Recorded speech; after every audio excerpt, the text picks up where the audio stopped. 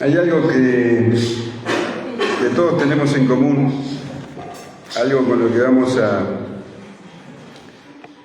lidiar todos los días. Cada hombre y cada mujer debe enfrentar la tentación. ¿A vos te pasa? A todos nos pasa. La tentación es el incentivo, es el estímulo a pecar contra Dios. Y hay algunas cosas que necesitamos saber sobre la tentación. En primer lugar, lo más importante es saber que la tentación no proviene de Dios, porque la Biblia es muy clara en esto. Dios no puede hacer lo malo por naturaleza, y tampoco quiere que nadie peque. Dice Santiago 1:13, cuando alguno es tentado, no diga que es tentado de parte de Dios, porque Dios no puede ser tentado por el mal, ni Él tienta a nadie. Dios nunca va a tener la tentación de hacer mal a alguien. De eso podemos estar seguros. La tentación no viene de Dios. Juan dice algo parecido, dice en 1 Juan 2:16, dice, porque todo lo que hay en el mundo, los deseos de la carne, los deseos de los ojos y la vanagloria de la vida, no proviene del Padre, sino del mundo. Así que bueno, de esto tenemos que estar seguros. La tentación no proviene de Dios. Sin embargo, Dios a veces permite que seamos tentados. Y esto, como todo lo que Dios permite, es ¿para qué? Para nuestro bien, para nuestro crecimiento, para nuestra madurez. También Santiago, en el capítulo 1, versículo 3, dice, sabiendo que la prueba de vuestra fe, la palabra prueba también se puede traducir como tentación, que la prueba de vuestra fe produce paciencia, mas tenga la paciencia su obra completa, para que seáis perfectos y cabales, sin que os falte cosa alguna. Pero Dios es fiel, y aunque permite que seamos tentados, nunca va a dejar que esa tentación sea para nuestra destrucción.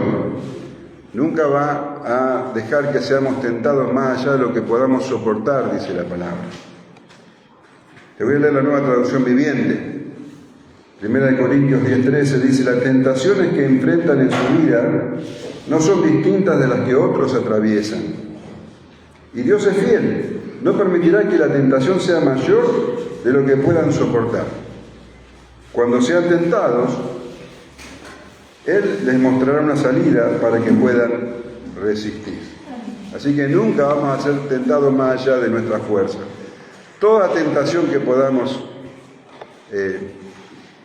enfrentar no es distinta, no es mayor que la de los otros, las otras personas. Entonces,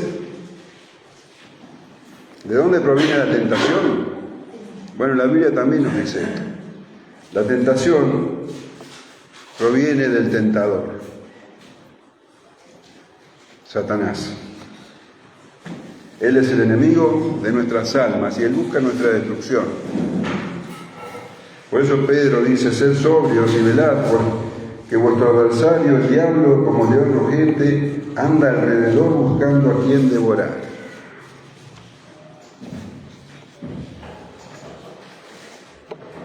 Pero el problema es que Satanás no está solo en esto.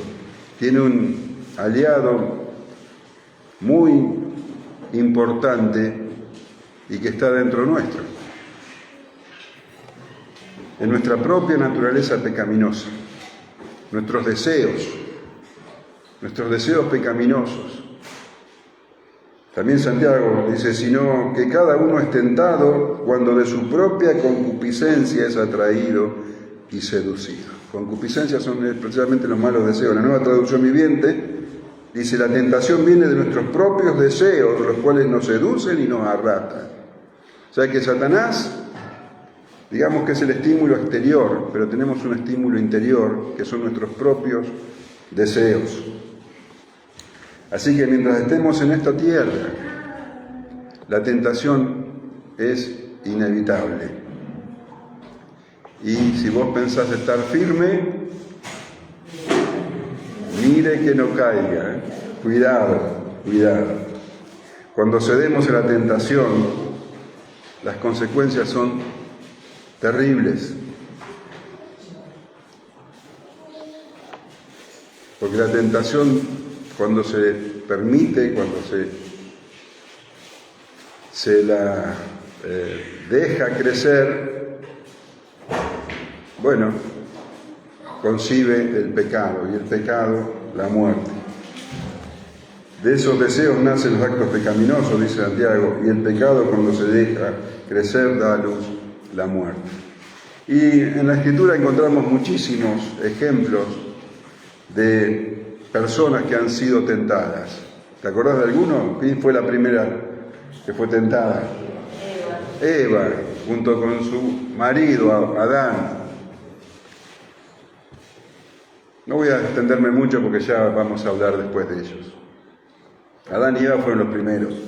Pero bueno, nosotros que estamos leyendo la Escritura sabemos que, por ejemplo, Esaú fue tentado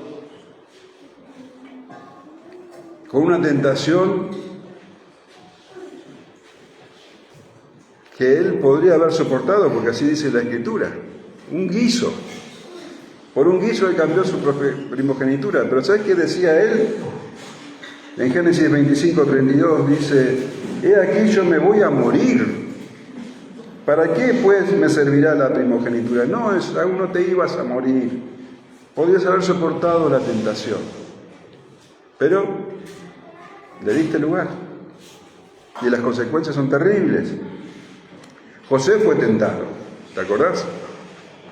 La esposa de Potifar lo tentaba, dice, todos los días.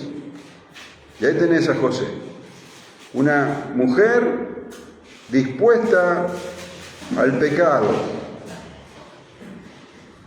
Y él no se dio a la tentación. ¿Sabes lo que hizo? Dice que huyó. Génesis 39:12 dice: y ella lo asió por su ropa, diciendo: duerme conmigo.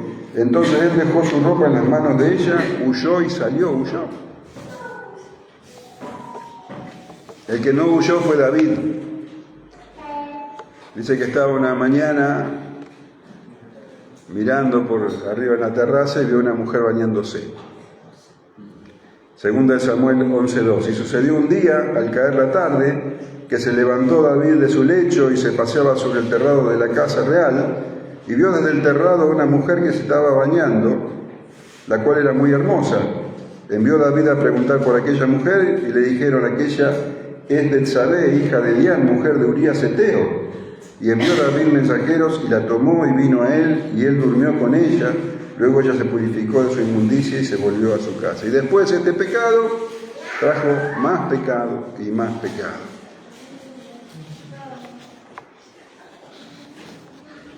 Pedro también se dio a la tentación. Él creía estar firme y cayó. Y negó al Señor 3 veces. Así que la tentación es algo con lo que todos deberemos lidiar. Y dice la Escritura que la tentación no es pecado. Y la prueba más contundente de que la tentación no es pecado es que el mismísimo Señor Jesús fue tentado. Vamos a leer Marcos, capítulo 1, versículos 12 y 13. Solo 2 versículos.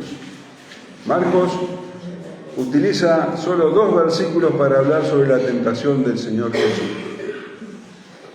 Esto también figura en Mateo y en Lucas de una manera más extensa, pero Marcos es muy escueto en esto. Dice, y luego el Espíritu le impulsó al desierto, y estuvo allí en el desierto 40 días, y era tentado por Satanás, y estaba con las fieras, y los ángeles le servían. Bueno, recordamos que el Señor Jesús fue bautizado por Juan en el Jordán, ¿te acordás? Un día Juan estaba bautizando a las multitudes y para su sorpresa ve acercarse aquel a quien siempre estaba anunciando, el Cordero de Dios que quita el pecado del mundo. Lo reconoció, ¿sí? Siendo que nunca lo había visto.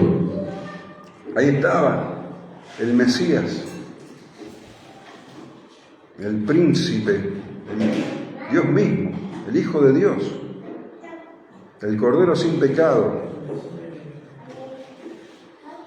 que se sometía al bautismo de pecadores, siendo que él no tenía pecado, porque debía cumplir toda justicia. Dios había determinado que los pecadores se bauticen, esa era la palabra de Dios, ese era el mandamiento de Dios, y él vino a cumplir toda la justicia. Él cumplió con toda la voluntad de Dios y se sometió como los pecadores al bautismo. Y cuando salió del agua, bueno, vos sabés, se abrieron los cielos, se rajó el cielo y bajó el Espíritu Santo como paloma, dice, y se posó sobre él. Y vino una voz del cielo, la voz del Padre, diciendo, tú eres mi Hijo amado, en ti tengo complacencia. El Padre hablándole directamente al Hijo, confirmándole, tú eres mi Hijo amado. Qué momento tan grande, ¿no? Qué momento tan poderoso. La Trinidad en pleno. El Hijo, allí en el agua, el Espíritu Santo descendiendo y posándose sobre él, y la voz del Padre, la Trinidad en pleno, para que el Hijo comenzara su obra, su ministerio, para aquello que él vino. Y bueno, después de semejante presentación, semejante unción, uno podría esperar, no sé, la alabanza de los ángeles o algo grande. Sin embargo, el Espíritu que se posó en él hizo algo que podría realmente extrañarnos. Lo llevó al desierto, dice. Dice, y luego de que se posó sobre él, el Espíritu lo impulsó al desierto. Y cuando dice luego, y se te fijan otras traducciones, es inmediatamente, de inmediato, enseguida. O sea que sin transición, ¿no? Sin nada en el medio, por así decirlo, de la gloria ahí en el Jordán, toda la gloria del cielo manifestándose allí, pasó al desierto, porque él vino a humillarse. De la voz gloriosa del Padre, ahora se va a enfrentar con el enemigo, con Satanás.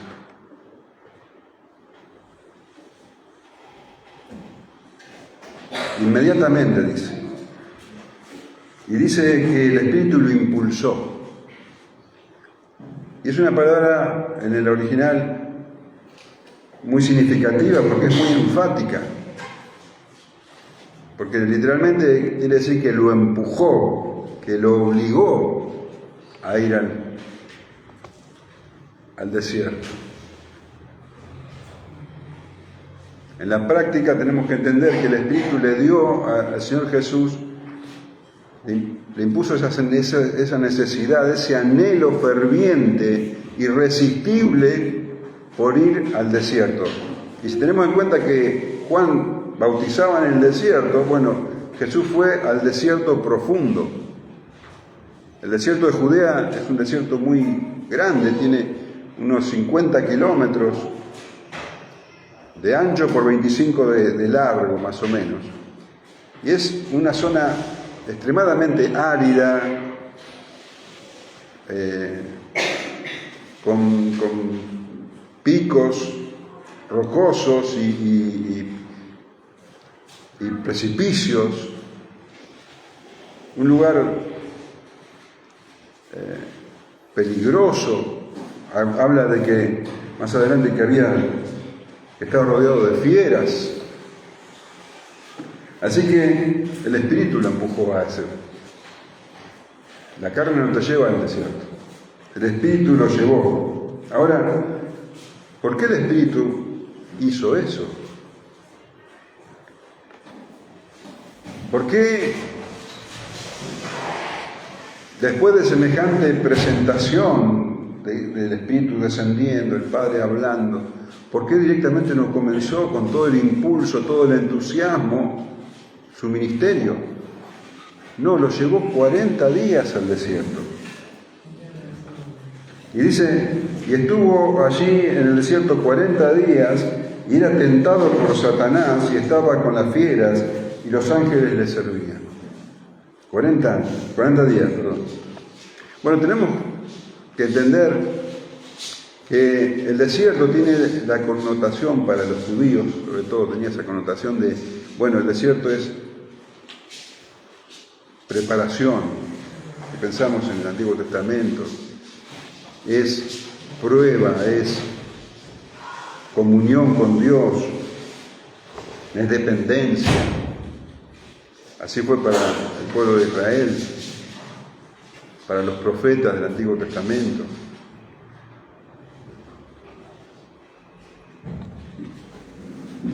Y Jesús necesitaba esa comunión con Dios, con el Padre.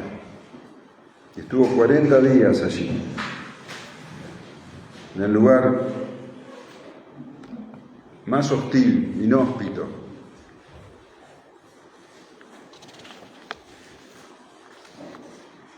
...40 días. Y 40 días también es un número que se repite mucho en la Escritura, ¿lo notaste? 40 días, por ejemplo, estuvo el arca, ¿no? Hasta que tocó suelo. 40 días estuvieron los espías, lo leías hace poco, en la tierra prometida. 40 años Israel en el desierto. Se repite mucho este número. Moisés estuvo 40 días en el monte Horeb ayunando. Elías también ayunó 40 días dirigiéndose hacia el monte Horeb, huyendo del rey y de la reina. Sin embargo, la Biblia no habla de que este número representa algo en especial. 40 días son 40 días. El Señor Jesús estuvo 40 días en el desierto, sin comer. Y seguramente en comunión con el Padre. Pero Mateo nos aclara que había otra razón muy específica por la cual el Espíritu Santo lo llevó al desierto. Dice Mateo 4:1: entonces Jesús fue llevado por el Espíritu al desierto para ser tentado por el diablo. Así que el Señor Jesús fue llevado con el propósito de ser tentado por el diablo. El Espíritu Santo lo impulsó a eso.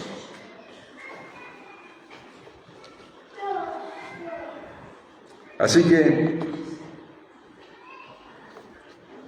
el Espíritu Santo lo llevó a Jesús al desierto para que comience su ministerio venciendo, triunfando, donde Adán fue vencido. Jesús es llamado en la Escritura el segundo Adán, el postrer Adán. Y hay un contraste muy claro entre Jesús y Adán. Y la Escritura lo remarca mucho. En 1 Corintios 15:45 dice así: así también está escrito, fue hecho el primer hombre Adán, alma viviente, el postrer Adán, espíritu vivificante. El postrer Adán es Jesús. En el versículo 47 dice: el primer hombre es de la tierra terrenal, el segundo hombre, que es el Señor, es del cielo. Romanos 5:17 dice: pues si por la transgresión de uno solo reinó la muerte, mucho más reinarán en vida por uno solo, Jesucristo, los que reciben la abundancia de la gracia y del don de la justicia. Así que, como por la transgresión de uno vino la condenación a todos los hombres, de la misma manera por la justicia de uno vino a todos los hombres la justificación de vida. Porque así como por la desobediencia de un hombre los muchos fueron constituidos pecadores, así también por la obediencia de uno los muchos serán constituidos justos. Así que claramente hay un contraste entre estos dos hombres, entre Adán y Jesús. Ahora, el hecho de que Jesús haya sido tentado no resulta muy fácil de entender, porque, bueno, él era un hombre, pero no era un hombre cualquiera. En primer lugar, era 100% hombre, pero también 100% Dios. Y la Escritura, lo leíamos hace un ratito, dice en Santiago 1:13, cuando alguno es tentado, no diga que es tentado de parte de Dios, porque Dios no puede ser tentado por el mal, ni Él tienta a nadie. O sea, Dios no puede ser tentado.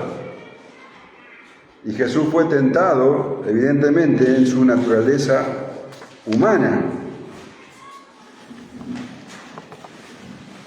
Y esto es algo que también lo leemos en los pasajes paralelos de Lucas y de Mateo, y también Hebreos dice que Jesús fue tentado. Hebreos 4:15 dice: porque no tenemos un sumo sacerdote que no pueda compadecerse de nuestras debilidades, sino uno que fue tentado en todo según nuestra semejanza, pero sin pecado. Fue tentado en todo como nosotros, pero había una gran diferencia con nosotros, que Él no tenía pecado. Así que hoy veíamos, todo ser humano es tentado por un estímulo externo, que es Satanás, y por el estímulo interno, que es nuestra propia concupiscencia, nuestros malos deseos. Nuestros malos deseos son los que nos llevan a caer en pecado. Ahora Jesús no tenía eso. Jesús era completamente santo. Entonces ahí estaba el estímulo externo, Satanás, pero no había un estímulo interno. Él no tenía malos deseos. Así que es muy difícil explicar esto. Es misterioso. Tan misterioso como todo lo que rodea a Jesús. Si esto te parece misterioso, gracias, y difícil de explicar, bueno, explícame cómo Dios, el Dios creador de los cielos y la tierra, fue un bebé. Explícame eso. Explícame cómo Dios fue crucificado. Todo lo que tiene que ver con Jesucristo tiene algo que nosotros no podemos entender. ¿Sabes por qué? Porque para esto se requiere fe.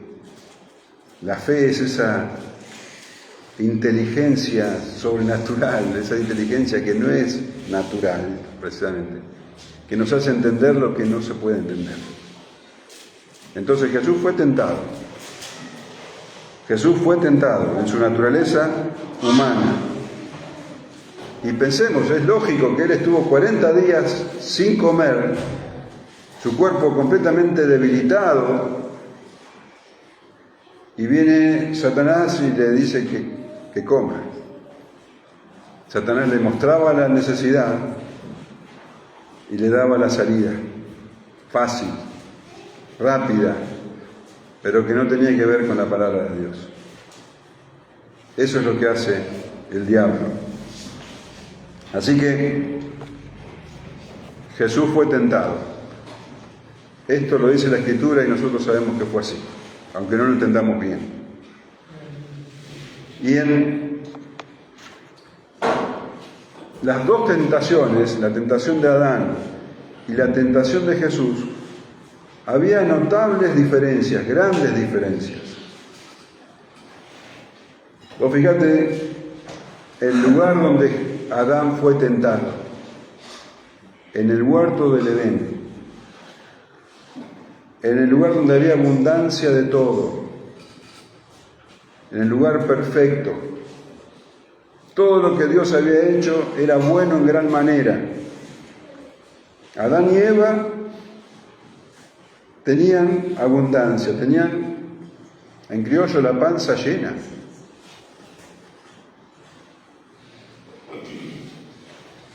Y además de eso, de estar en un lugar hermoso, cómodo, agradable en todo sentido, satisfechos, se tenían el uno al otro, tenían compañía.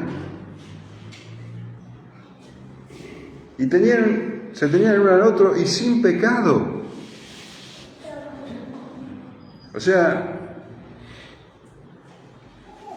ideal, la convivencia ideal entre ellos, el lugar ideal, y allí, en esa situación y en ese lugar, Adán fue tentado y pecó. Jesús, miles de años después, estaba en un lugar completamente diferente, en el desierto, en un lugar hostil, rodeado de animales salvajes, de fieras, dice. Había allí chacales, había leopardos, había serpientes venenosas, jabalíes salvajes.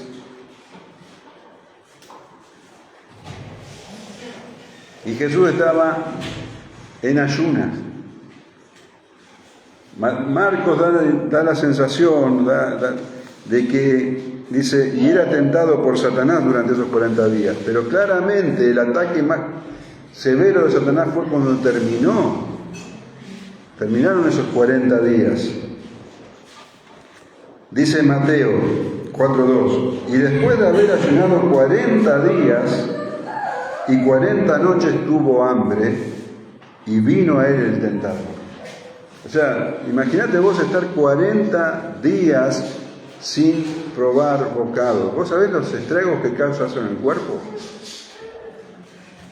Estaba verdaderamente debilitado, hambriento. Y ahí es cuando Satanás vino con todo su ataque. Así que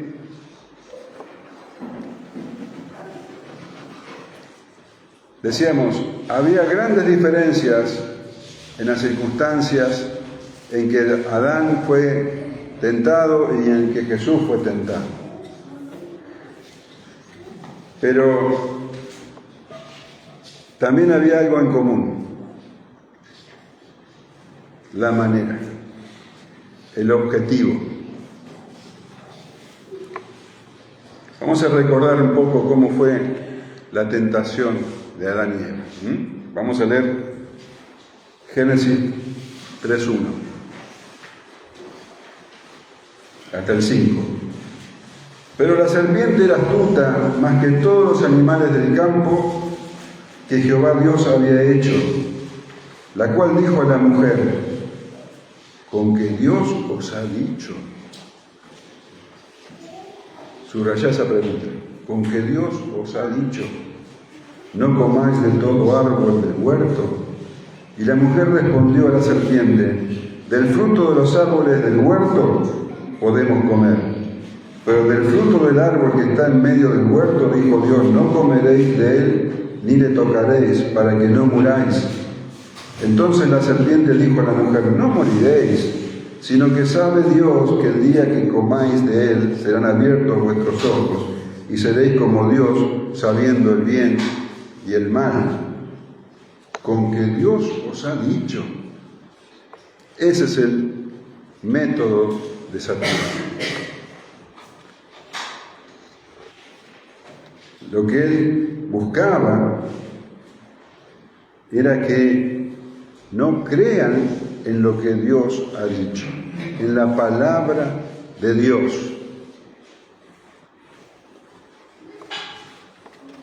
Él tenía una respuesta más agradable, más rápida, más placentera que lo que Dios había dicho. Dios le había dicho que iban a morir, no morirán, al contrario. Iban a ser como Dios, iban a conocer el bien y el mal.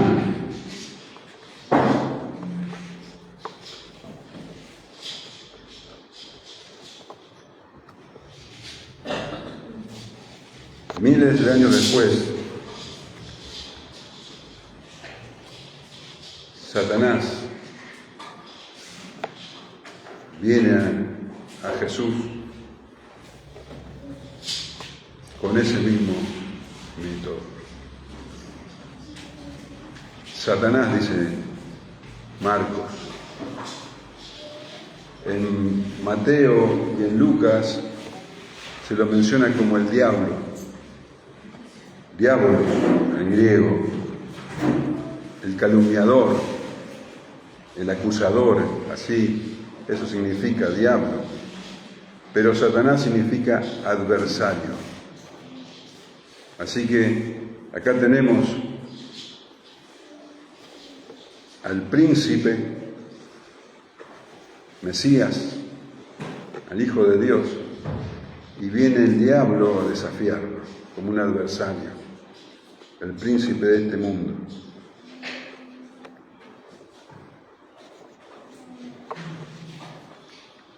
Allí estaba el Señor Jesús en el desierto. ¿Te acordás qué es lo que había escuchado el Señor Jesús en el Jordán de parte del Padre? ¿Qué le había dicho el Padre? Tú eres mi Hijo amado, en quien tengo complacencia. Y viene Satanás y no le dice esas palabras, con que Dios ha dicho, pero el sentido es el mismo. Miren lo que dice Mateo. Y vino a él el tentador y le dijo, si eres Hijo de Dios, di que estas piedras se conviertan en pan. Con que Dios ha dicho que tú eres el Hijo de Dios. ¿Escuchaste bien eso vos? ¿Estás seguro? Porque si sos el Hijo de Dios, ¿qué haces sufriendo tanto? ¿Por qué tenés tanto hambre? ¿Qué haces acá en medio del desierto? Si sos el Hijo de Dios, no tendrías que estar sufriendo así.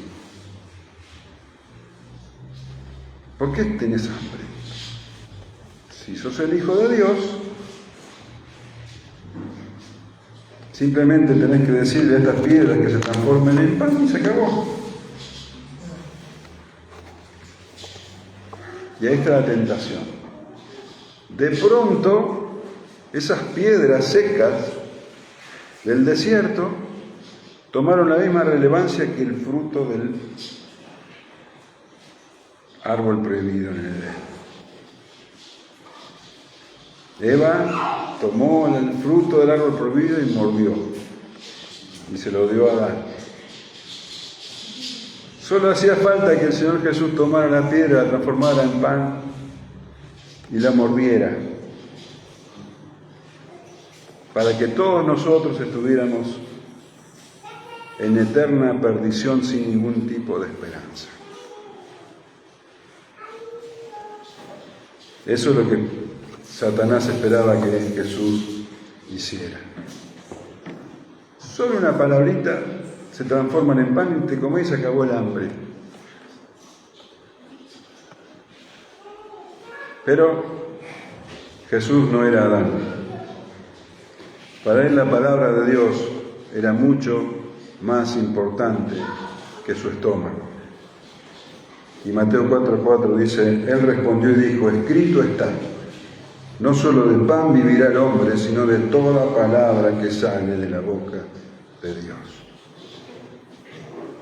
La palabra de Dios es vida.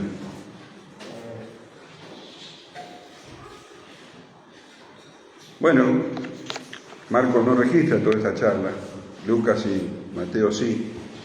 Después vienen otras dos tentaciones que tenían el mismo sentido, con que Dios ha dicho que Él es el Hijo de Dios. Fíjate. Mateo 4:5. Entonces el diablo le dijo, lo llevó a la santa ciudad y le puso sobre el pináculo del templo y le dijo, si eres Hijo de Dios, échate abajo, porque escrito está, a sus ángeles mandará acerca de ti y en sus manos te sostendrán para que no tropieces con tu pie en piedra. Jesús le dijo, escrito está también, no tentarás al Señor tu Dios. Otra vez le llevó el diablo a un monte muy alto y le mostró todos los reinos del mundo y la gloria de ellos y le dijo, todo esto te daré si postrado me adorares. Entonces Jesús le dijo, vete Satanás, porque escrito está, al Señor tu Dios adorarás y sobre él servirás. El diablo entonces le dejó. Y aquí vinieron ángeles y le servían. La palabra de Dios. Lo que Satanás quería es que Jesús, como hizo Adán, menosprecie la palabra de Dios.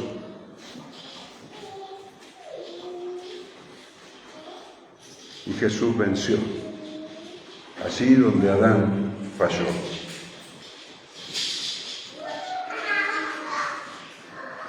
Y Marcos concluye todo esto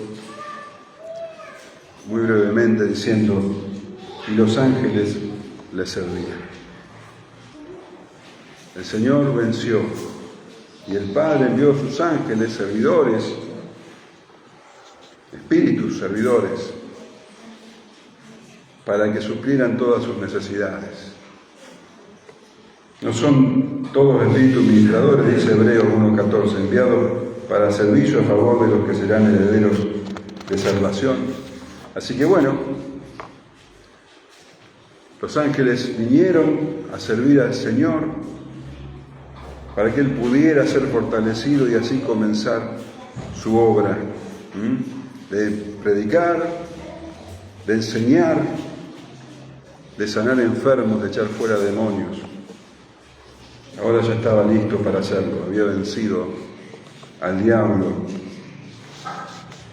había logrado la victoria y 3 años después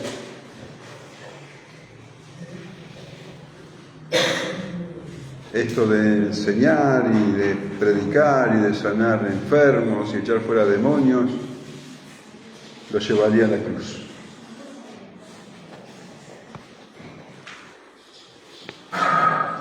Y 3 días después resucitaría, venciendo incluso a la muerte. Y hoy está reinando con poder y autoridad hasta que Él vuelva. El Señor venció. Y mientras tanto, nosotros estamos aquí y seguiremos luchando contra la tentación. Y acá está el tentador, cerquita tuyo. Es el adversario, el enemigo de tu alma, el príncipe de este siglo, de este mundo, el Dios de este siglo, el príncipe de la potestad del aire, el maligno.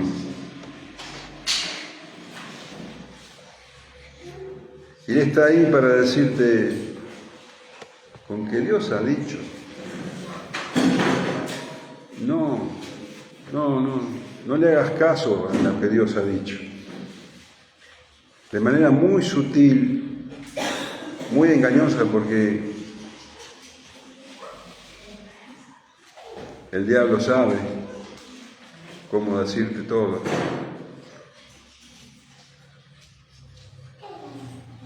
Te está diciendo, no le hagas caso a la palabra de Dios. Yo tengo una solución más rápida, más efectiva, más placentera. Te sentís solo, te sentís triste. Bueno, la palabra de Dios no es la salida. Eso está diciéndote Satanás. De maneras agradables, pero tenés que saber que él anda como león rugiente buscando a quien devorar. Y cuando está Satanás ahí tentándote, cuando tenés la tentación delante tuyo, la palabra no dice que tenés que huir del diablo. Lo que dice la palabra es que vos tenés que resistir al diablo. Y que él va a huir de vos. Santiago 4:7 dice, someteos pues a Dios, resistid al diablo y huirá de vosotros. Entonces vos tenés que resistir al diablo, no huir, resistirlo, y él va a huir. ¿Y cómo resistís al diablo? Sometiéndote a Dios, sometiéndote a su palabra, igual que hizo el Señor Jesús. Escrito está, escrito está, escrito está. Su palabra es vida.